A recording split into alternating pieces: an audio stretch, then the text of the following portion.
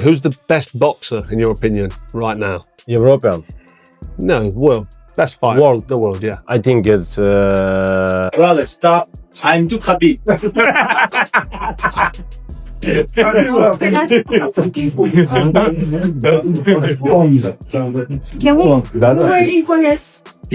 The debate had been boiling for months, and fans everywhere were waiting for Oleksandr Usyk to finally explode. After becoming the undisputed heavyweight king, many believed ranking him below Terence Crawford was a slap in the face to his legacy.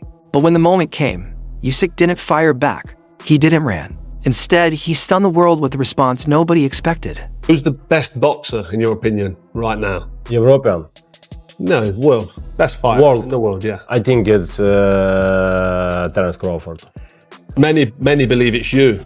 Many believe you're the best fighter. No, I'm not No? best fighter of the world. It's Terence Crawford. Terence Crawford, number one, yeah? Yeah. He's an animal, man. Yeah. I mean, he's so fucking good. He's so good. I mean, you think about what that guy has done. He beat AJ twice. He beat Tyson Fury twice. And now he beat Dubois twice. That's crazy. No, it's incredible. Those are two of the best, like, of this era. I think he's one of the best of all time. I really do. I think he's one of the best heavyweights of all time. And his movement is so different. One of the things that was interesting, where they were talking about the fight, and AJ Tony Bellows was talking about when he fought him, and AJ was saying that when he fought him, it was the most exhausted he's ever been because he's always moving. There's no rest with him. No rest. There's no like time to- constant, yeah. there's constant twitching. Under fire the whole time. You're constantly thinking, when is this coming? There's no silent agreements. There's no relaxation. There's no, there's no rounds off. Yeah. Everything is, he's putting it on you and moving constantly. Like I always say, he's like a giant Lomachenko. Got And it. They were both trained by the same guy. Oh, were they? Yeah, Lomachenko's father trained Usyk as well. Ah. Yeah. Not only did Usyk accept the ranking, he admitted something that left the boxing world speechless. When the Ring magazine revealed its updated pound-for-pound list, Usyk's name had slipped from the throne. The Giant Slayer, the man who conquered the heavyweight division, was suddenly number 2. Any other fighter would have unleashed a storm of excuses and accusations. But Usyk, he didn't fight the decision. He celebrated it. This shift. Usyk 2 times win. Yeah, I remember. So, will you admit that you are a great fighter now? An all-time great? Definitely. Yes. Pound for pound, number one? Who? You? Nah, he says I don't Crawford. know. He says Crawford all the time. It's Terence Crawford, pound for pound, number 1. In power came just days after a moment that cracked the sport in half. Terence Bud Crawford did the impossible. He jumped to weight classes, ignored all logic, and decided to challenge the face of boxing himself, Canelo Alvarez. Experts said he was too small. They said physics would finally humble him. They said this time, he'd bitten off more than he could chew. They were dead wrong. Crawford could beat Canelo Alvarez. I think he's too small. But then again, I thought he was too small for Spence. So, well, shows what I know. Crawford didn't just survive, he dominated. He became the first male boxer in the 4-belt era to become undisputed in 3 weight divisions. The performance was so surgical, so undeniable, the ranking boards had no choice. Crawford had to be number 1. Reporters rushed to Usyk, desperate for drama. But before they could even finish the question, Usyk stared calmly into the camera and said, "He's king. For me, pound for pound number 1 is Terence Crawford. I like this man. He is a great fighter, a terribly tough boxer." They believe you're the best fighter. No, I'm not the best fighter of the world. It's Terence Crawford. Usyk went even further, calling Crawford a crazy man, the highest compliment he could give. He praised Bud's switching stances, his ring IQ, and his ability to dismantle opponents with pure skill. Do you care about being ranked in the pound for pound? Is that also a target, a dream? For me, no. For me, doesn't matter. For me, pound for pound, number 1 is Terence Crawford. I like this man. It's a great fighter. He's a terrible, tough boxer. For me, I'm maybe number 17.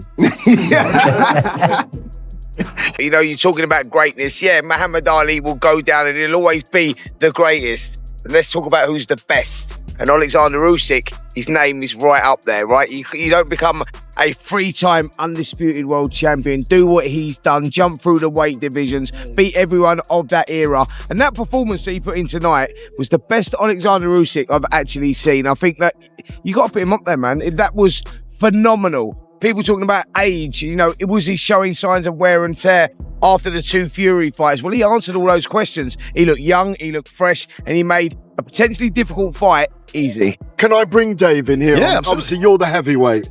Would he have beaten Muhammad Ali? Would he have beaten Evander Holyfield? Would he have beaten Lennox Lewis? Would he have beaten George Foreman? It's very difficult to say, and I think very unfair. You know, obviously with time we've had, you know, there's been improvements in strength and conditioning, nutrition, all the rest of it. And on different generations, you cannot compare, you know, and he will go down as one of the best of all time. But does his skill set, I know all those things apart, does he belong in the conversation with those people? Oh, of course. He belongs in the conversation with Sugar Ray Leonard, Ray Robinson. I put him in that bracket, I really do.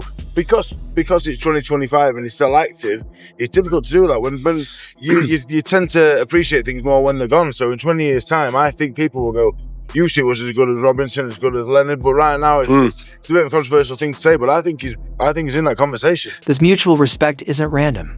It comes from a shared mission, destroying the myth that a good big man always beats a good little man. Both Usyk and Crawford have built their legacies by proving that size doesn't win fights, skill does. It's my friend, but it's crazy man. Listen, I say Terence win. Yes. What? Terence win over Canelo? Yes, Terence win. But listen, Terence is different man. Terence work in две стойка. Two sides. Two sides. Right. And right. Switch hitter. Yes. He's a switch hitter. Yes. Right and left. But it's very smart man. It's very, very, very smart. But feel distance and play. After crushing Canelo, Crawford tore into critics, reminding fans he came from nothing.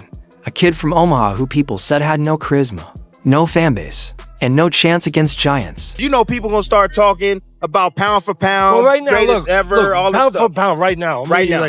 We got, for me, you got Usyk, you got Inoue, and you got Crawford. I got Crawford. Usyk, I think he earned it by what he's done in the heavyweight division. You had Crawford number 2, you had Inoue.